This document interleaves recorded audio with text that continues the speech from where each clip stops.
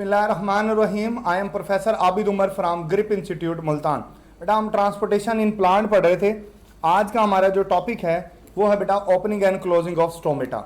देखें स्टोमेटा का जो बेसिक स्ट्रक्चर है, सबसे पहले तो हम उसको जो है बेटा वो डिस्क्राइब करूंगा मैं थोड़ा सा, फिर उसके बाद जो है वो आपको बताता हूँ कि ये कैसे ओपन होते हैं और ये कैसे क्लोज होते हैं। ये आपको दिखाई दे रहा है। ये वाला जो पार्ट होता है बेटा, ये जो है ये कहलाता है गार्ड सेल, और ये जो पार्ट होता है ना इसको स्टोमा कहा जाता है। ठीक है ना, ये स्टोमा ओपन है और आप ये देख रहे हो ये स्टोमा जो है वो क्लोज है। इस फॉर्म के अंदर जब ये होता है ये टर्जिड होता है, और इस फॉर्म में जब ये होता है बेटे ये फ्लैसिड होगा। ये कैसे होगा? That will be the flaccid structure. ठीक हो गया। चल अब मैं इसका स्ट्रक्चर आपको खुद से भी डिस्क्राइब करता हूं, फिर उसके बाद मैं आपको बताता हूं। देखिए एक गार्ड सेल जो होता है ना,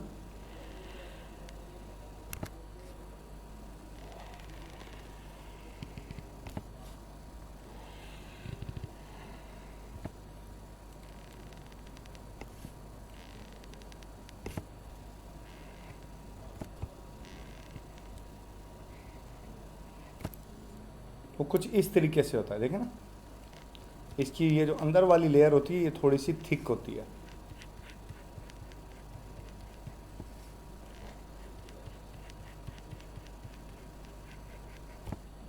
ये गॉड सेल होता है। अच्छा, इसके सराउंडिंग में बेटा एक स्पेशल टाइप के सेल्स होते हैं जो एपिडर्मल सेल्स होते हैं, उनको कहा जाता है सब्सिडियरी सेल्स। उनको आप क्या बोलेंगे? उनको सब्सिडियरी सेल्स कहा जाता है। वो कुछ यूं होते हैं।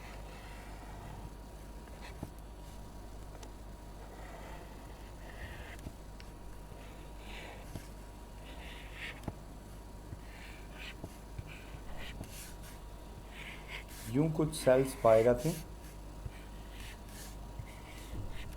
ऐसे, इनको कहा जाता है सब्सिडियरी सेल। ठीक है ना, ये इस तरीके से पाए जाते हैं गार्ड सेल के अंदर। ये बड़ा हेल्प करते हैं। ठीक है ना, जैसे अभी मैंने आपको कहा कि ये गार्ड सेल है और ये जो है बेटा ये स्टोमा है जो दरमियान में है, जिसके ओपन या क्लोज होने की हम बात करते होते हैं।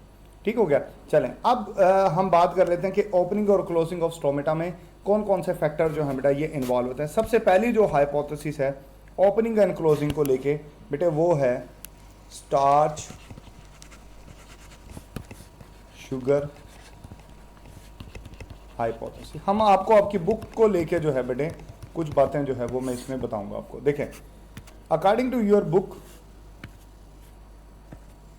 ड्यूरिंग डे टाइम क्या होता है? देखें डे टाइम आप जानते हो कि फोटोसिंथेसिस होती है। ठीक हो गया। और उसमें ग्लूकोज बनता है सेल के अंदर। यहां एपिडर्मल ये यहां पर बकायदा क्लोरोप्लास्ट पाया जाता है। गार्ड सेल्स में ये रिएक्शन गार्ड सेल्स में हो रहा है, क्लोरोप्लास्ट होता है। तो बेटा क्या होगा कि इसके अंदर जब ग्लूकोज बनेगा, ग्लूकोज एक सैल्यूट है। इससे क्या होगा कि गार्ड सेल्स के अंदर जो सैल्यूट के बनने से, ग्लूकोज के बनने से जो वाटर पोटेंशियल है वो डिक्रीज हो जाएगा। तो सबसाइडरी सेल से बेटे जो है वो वाटर अंदर आएगा। जैसे ही सबसाइडरी सेल से वाटर अंदर आएगा तो वाटर के अंदर आने से बेटे क्या होता है, वाटर के अंदर आने से जो है वो इसका जो वाटर पोटेंशियल है वो इंक्रीज हो जाएगा, ये टर्जिड हो जाएगा और स्टोमेटा खुल जाएगा। दिन के टाइम में ये होता है ग्लूकोज की वजह से। This will call the starch sugar hypothesis. और रात के वक्त में, नाइट टाइम में बिल्कुल उल्ट होता है। गार्ड सेल के अंदर ग्लूकोज की जो क्वांटिटी होती है वो बेटे डिक्रीज करेगी। एरो नीचे बना रहा हूं, इसका मतलब है ग्लूकोज डिक्रीज करेगा। क्यों? क्योंकि एक तो फोटोसिंथेसिस नहीं हो रही, मतलब नया नहीं बन रहा, दूसरा उल्टा रेस्पिरेशन में इस्तेमाल हो रहा है। ठीक है ना, तो जैसे ही ग्लूकोज का लेवल डाउन होगा इसका जो वाटर पोटेंशियल है वो इंक्रीज कर जाएगा।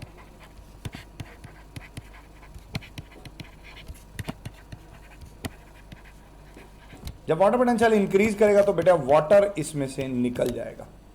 जब वाटर इसमें से निकल जाएगा तो ये फ्लैसिड हो जाएगा, और फ्लैसिड होने से क्या होगा, स्टोमा जो है बेटे वो क्या होगा, वो क्लोज हो जाएगा। ठीक हो गया। तो ये हाइपोथेसिस थी, इसको कहा जाता है स्टार्च शुगर हाइपोथेसिस। बट ये हाइपोथेसिस एक्चुअल जो मेथड है उसको टैली नहीं करती। क्यों? क्योंकि स्टोमेटा की ओपनिंग और क्लोजिंग बड़ी फास्ट होती है, जबकि ग्लूकोज का बनना और वाटर पोटेंशियल के अंदर डिफरेंस का क्रिएट करना ये एक स्लो प्रोसेस है। तो दोनों ये चीजें एक दूसरे को टैली नहीं करती। फिर एक नई हाइपोथेसिस है जो ज्यादा एक्सेप्टेबल है, उस हाइपोथेसिस को कहते हैं बेटा potassium influx hypothesis. Potassium influx का मतलब होता है the movement of potassium inside the guard cell. Movement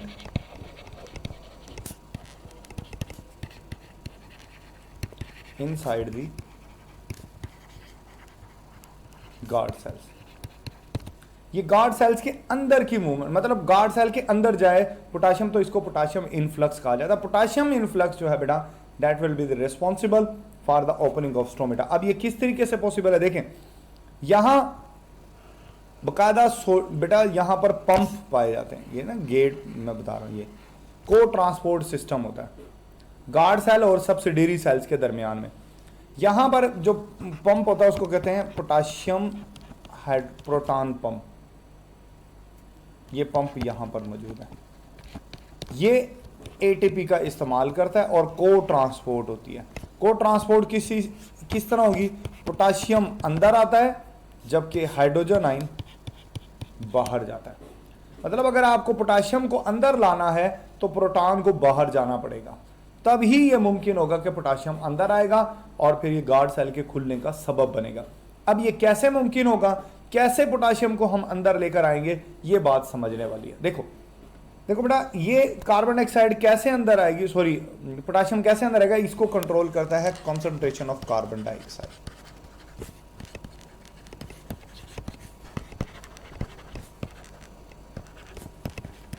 अब ये कैसे कंट्रोल करती है, ये चीज हम डिस्कस कर लेते हैं। देखें, देखो बेटा, आप जानते हो कि दिन के वक्त में, दिन का जो वक्त था उसके अंदर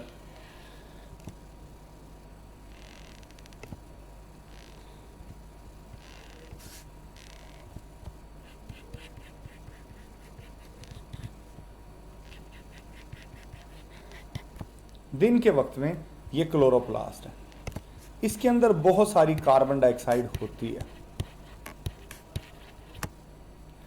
दिन के टाइम में, क्योंकि डे टाइम में अगेन फोटोसिंथेसिस होगी, फोटोसिंथेसिस होती है और इस फोटोसिंथेसिस में ये कार्बन डाइऑक्साइड, ये क्लोरोप्लास्ट है, वो इस्तेमाल हो जाएगी।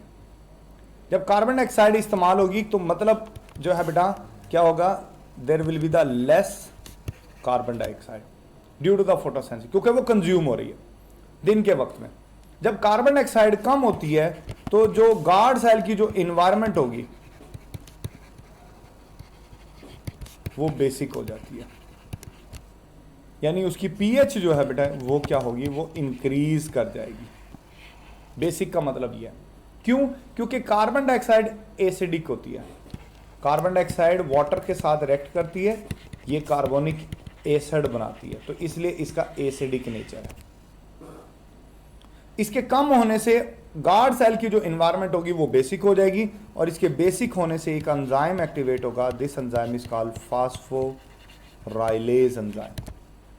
कौन सा एंजाइम एक्टिवेट होगा? फास्फोराइलेज एंजाइम एक्टिवेट हो जाएगा। ठीक है ना। अब देखिए दो तरीकों से टैकल किया जाएगा। बेसिकली जो बेटा गार्ड सेल की जो एनवायरनमेंट है उसको बेसिक करने का मकसद ये था कि यहां पर जब माहौल इसका बेसिक हो जाएगा ना तो अब गार्ड सेल कोशिश करेगा कि इसको न्यूट्रलाइज करे और इसको न्यूट्रलाइज करने के लिए वो एसिड प्रोड्यूस करेगा और वही एसिड आपको प्रोटॉन देगा, क्योंकि आपको प्रोटॉन चाहिए पोटेशियम को अंदर लाने के लिए। तो बेसिकली जब कार्बन डाइऑक्साइड की क्वांटिटी कम होती है तो माहौल बेसिक होने की वजह से जो गार्ड सेल्स होते हैं ये एसिड प्रोड्यूस करते हैं। अब ये एसिड प्रोडक्शन कैसे होगी? फिर वो एसिड आपको प्रोटॉन देंगे और वो प्रोटॉन जो है बेटा वो आप इस्तेमाल कर लोगे को मतलब गार्ड सेल को ट्रांसपोर्ट सिस्टम में इस्तेमाल कर लेंगे और पोटेशियम आयन अंदर आ जाएंगे। देखिए अब ये फास्फोराइलेज एंजाइम के साथ क्या होगा। देखिए ये फास्फोराइलेज एंजाइम, आपने पढ़ा होगा कि जनाब पौधों में ग्लूकोज पाया जाता है, ग्लूकोज बनता है सक्रोज, सक्रोज बन जाता है स्टार्च। अब ये इसके ऊपर एक्ट करता है, ये एक मल्टीपल स्टेप प्रोसेस होता है, एक स्टेप में नहीं होता। और एक चीज बनती है बेटा, उसको कहते हैं मैलिक एसिड, मैलिक एसिड बन जाएगा इससे। अब ये जो मैलिक एसिड है ना, मैलिक एसिड की बात करेंगे अगर आप, ये मैलिक एसिड बन जाएगा। अब ये जो मैलिक एसिड है ये बेटा आगे चल के पता क्या करेगा, ये बनाएगा मेलेट आयन और प्रोटॉन, ये प्रोटॉन बन गए, प्रोटॉन बन गए और यही प्रोटॉन चाहिए थे, ये बने हैं गार्ड सेल के अंदर, प्रोटॉन गार्ड सेल के अंदर डेवलप हो गए, साथ में मेलेट आयन आ गया। अब ये जो चैनल है जिसको मैंने जो है बेटा वो पोटाशियम प्रोटॉन चैनल कहा था, इसके तहत ये प्रोटॉन जाएंगे बाहर सब्सिडियरी सेल्स में। जब प्रोटॉन बाहर जाएंगे तो बेटे आप जानते हो कि पोटाशियम आयन का इन्फ्लक्स होगा और ये पोटाशियम आयन मेलेट आयन के साथ रिएक्ट करेंगे। ये रिएक्ट करेंगे तो बेटा क्या बनेगा, पोटाशियम मेलेट। और इस पोटाशियम मेलेट के बनने से इसका वाटर जो पोटेंशियल है बेटे वो डिक्रीज हो जाएगा। इसका इफेक्ट होता है ऑस्मोटिक लेवल के ऊपर बड़ा, ये वाटर पोटेंशियल डिक्रीज हो जाएगा और जैसे ही वाटर पोटेंशियल डिक्रीज होगा पानी आएगा गार्ड सेल में। पानी आने से बेटे ये क्या होगा, टर्जिड हो जाएगा और स्टोमेटा खुल जाएगा और कार्बन डाइऑक्साइड अंदर आना शुरू हो जाएगी। बेसिकली ये काम इसलिए भी हुआ था कि कार्बन डाइऑक्साइड कम हो रही है, कार्बन डाइऑक्साइड को भी बढ़ाना है, कार्बन डाइऑक्साइड को भी बढ़ाना है। तो ये सारे इंटर रिलेटेड है कि जब कार्बन डाइऑक्साइड की क्वांटिटी कम होती है, माहौल बेसिक होता है, उस बेसिक माहौल को न्यूट्रलाइज करने के लिए एसिड प्रोड्यूस होता है और उस एसिड से प्रोटॉन बनते हैं और वो प्रोटॉन पोटाशियम को अंदर लाने का सबब बनते हैं। ये सारे इंटर रिलेटेड हैं और इससे क्या होता है, स्टोमा ओपन होता है और कार्बन डाइऑक्साइड की जो कमी हो रही थी उसको पूरा किया जाता है और कार्बन डाइऑक्साइड अंदर आता है, लेकिन कमी पूरी नहीं होगी। वाई? और कार्बन डाइऑक्साइड आएगी, जरूर आती रहेगी, सारा दिन आती रहेगी, कमी इसलिए पूरी नहीं हो पाएगी क्योंकि वो कंटिन्यूसली फोटोसिंथेसिस के अंदर इस्तेमाल हो रही है। तो बहरहाल इस प्रोसेस के थ्रू जो है बेटा वो ये ओपन अप हो जाते हैं। नंबर 2, नाइट टाइम में क्या होगा, रात में क्या होगा, नाइट टाइम में उल्ट हो जाएगा। नाइट टाइम में क्योंकि फोटोसिंथेसिस तो होती नहीं है, रेस्पिरेशन होती है। रेस्पिरेशन की वजह से जो कार्बन डाइऑक्साइड है उसका लेवल इंक्रीज हो जाएगा, लेवल बढ़ जाएगा। वाई? क्योंकि because the carbon dioxide is not using during the night time, photosynthesis हो नहीं रही, उल्टा रेस्पिरेशन हो रही है और कार्बन डाइऑक्साइड पैदा हो रही है। कार्बन डाइऑक्साइड के पैदा होने से जो माहौल है बेटे वो एसिडिक बन जाएगा। तो अब एसिडिक के केस में जब माहौल एसिडिक बनेगा तो ये अब न्यूट्रलाइजेशन की तरफ जाएगा कि अब वो बेसिक की तरफ लेकर आए इसको। जब माहौल एसिडिक हो जाएगा तो ये जो पोटाशियम मिलेट है ये वापस मेलोनिक एसिड बनना चाहेगा, ठीक है ना, अपने प्रोटॉन वापस लेगा, ये उल्ट हो जाएगा बिल्कुल, ठीक है ना। ये प्रोटॉन जो है बेटा पोटाशियम को बाहर निकाला जाएगा और प्रोटॉन अंदर आएंगे और ये प्रोटॉन मेलेट आयन के साथ मिलकर दोबारा मैलिक एसिड और फिर मैलिक एसिड अल्टीमेटली दोबारा ग्लूकोज बनाएंगे ताकि रेस्पिरेशन में इस्तेमाल हो सके। ये उल्ट प्रोसेस चलता है, दिन में जो चल रहा था ये अब उल्ट रात को चलेगा। पोटाशियम रात में जो है बेटा वो बाहर निकल जाएंगे, जब पोटाशियम वापस बाहर, प्रोटॉन वापस अंदर आ जाएंगे। जब पोटाशियम बाहर निकल जाएंगे तो डेफिनेट सी बात है, मैं एक और बात बता दूं, वाटर हमेशा पोटाशियम को फॉलो करता है। तो जब पोटाशियम बाहर जाएगा तो बेटे वाटर भी बाहर निकल जाएगा। जब पोटाशियम बाहर जाएगा ना तो वाटर भी बाहर निकल जाएगा और वाटर के बाहर निकलने से जो है बेटा ये फ्लैसिड हो जाएगा और स्टोमा जो है बेटा वो क्या होगा, वो क्लोज हो जाएगा, स्टोमा क्लोज हो जाएगा। मेरा ख्याल आपको बात समझ आएगी। अब कुछ और फैक्टर भी है, जैसे एक फैक्टर होता है ब्लू लाइट।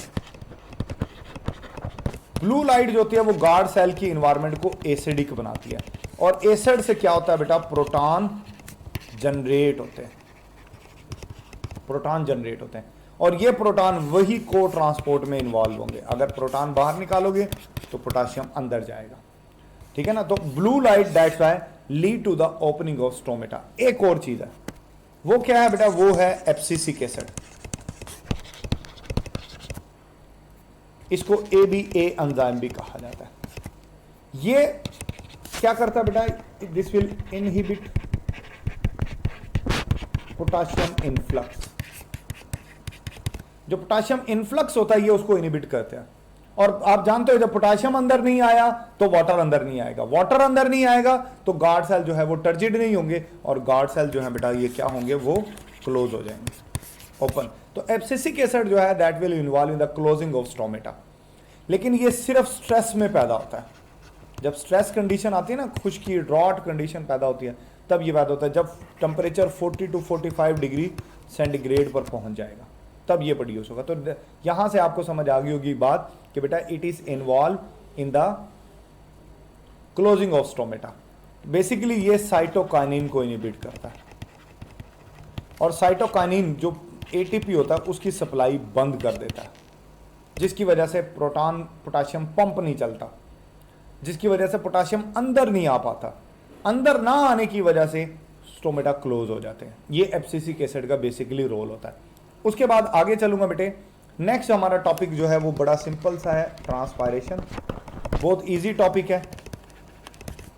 ट्रांसपायरेशन आप जानते हो, एवेपोरेशन ऑफ वाटर को कहते हैं from the surface of plant, that will call the transpiration. ये 3 तरह की होती है, that may be cuticular, that may be lenticular,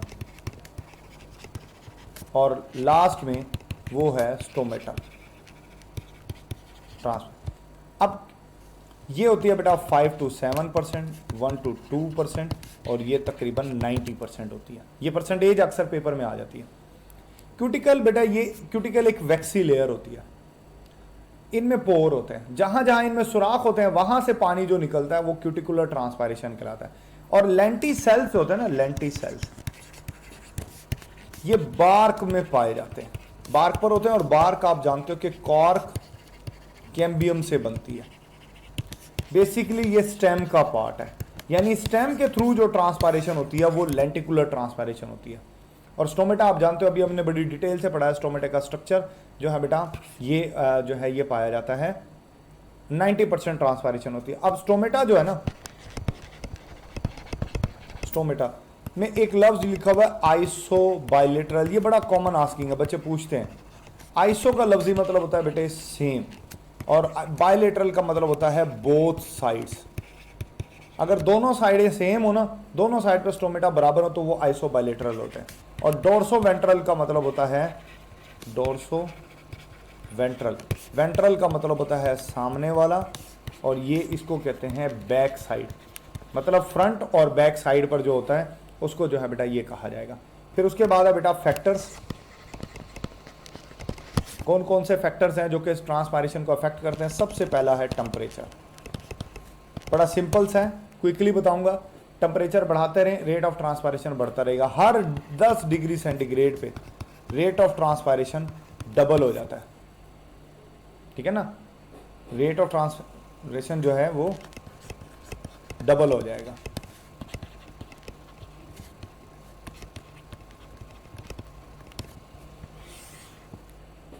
ठीक हो गया, ये बात आपने अपने जहन में बेटे जरूर रखनी है। अच्छा, उसके बाद अब देखें 10 डिग्री सेंटीग्रेड पे डबल हो जाएगा जब आप बढ़ाते जाओगे ट्रांसपेरेंसी। लेकिन 40 to 45 डिग्री सेंटीग्रेड पर आप जानते हैं कि स्टोमेटा क्लोज हो जाएंगे, तो मीन ट्रांसपायरेशन जो है बेटा वो रुक जाएगी। वरना अदरवाइज अगर इस पे भी करते रहते तो पौधा तो विल्ट हो जाता। फिर दूसरा जो फैक्टर है बेटे वो है लाइट। अभी हमने पढ़ा है ब्लू लाइट का फैक्टर, अभी पढ़ा कि blue light that will lead to the opening, और ओपनिंग होगी स्टोमेटा की तो ट्रांसपायरेशन इंक्रीज होगी। वैसे भी लाइट एनर्जी का सोर्स होती है, ट्रांसपायरेशन रेट को बढ़ाती है। तीसरा फैक्टर कार्बन डाइऑक्साइड की क्वांटिटी है। बड़ी डिटेल से हम अभी पढ़ गए कि कार्बन की क्वांटिटी कम होती है तो स्टोमेटा खुलेगा, कार्बन की क्वांटिटी ज़्यादा होगी तो स्टोमेटा बंद हो जाएगा। फिर बेटा विंड है। विंड जो होती है ये एयर फ्लो को कहा जाता है, क्योंकि हवा भी एक एनर्जी का सोर्स है। तो एयर अगर ज़्यादा चलती है तो हवा ड्राई होती है। जब एयर ड्राई होती है तो फिर ट्रांसपायरेशन का रेट जो है वो बढ़ जाएगा। लास्ट जो है बेटा वो है सॉइल वाटर। बेटा देखो पानी अगर अवेलेबल होगा तो ही ट्रांसपायरेशन का रेट बढ़ेगा ना। पानी अगर अवेलेबल है, से जीरो फाइट है, पानी नहीं होता अवेलेबल, तो फिर रेट ऑफ ट्रांसपायरेशन भी उसके हिसाब से कम ही होगा। ये मैंने गो थ्रू कराना था बेटा। यहाँ पर हमारा टॉपिक मुकम्मल हो गया है। आपके जहन में किसी भी किस्म की कन्फ्यूजन हो तो आप ज़रूर पूछिएगा। अपना ख्याल रखिएगा। Thank you. अल्लाह हाफिज़।